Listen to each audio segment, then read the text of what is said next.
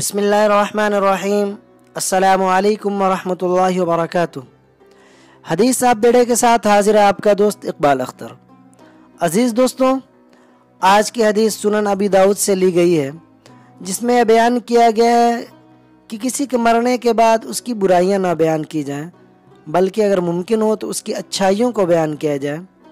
सुनन अबी दाऊद किताबुल अदब हदीस नंबर 4899।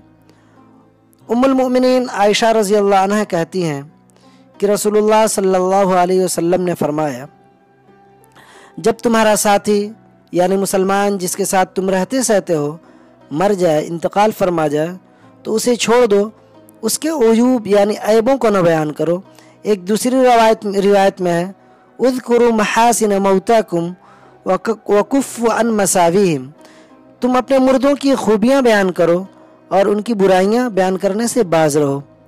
मौजूदा वक्त में इस हदीस की खुल्ला मुखालिफत हो रही है।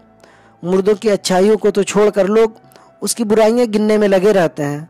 अल्लाह ताला हम सबको दीन की सही समझ अता करे और सुन्नत रसूल सल्लल्लाहु अलैहि वसल्लम के मुताबिक ज़िंदगी गुजारने वाला बनाए। आमीन। अस्सलामु अलैकुम।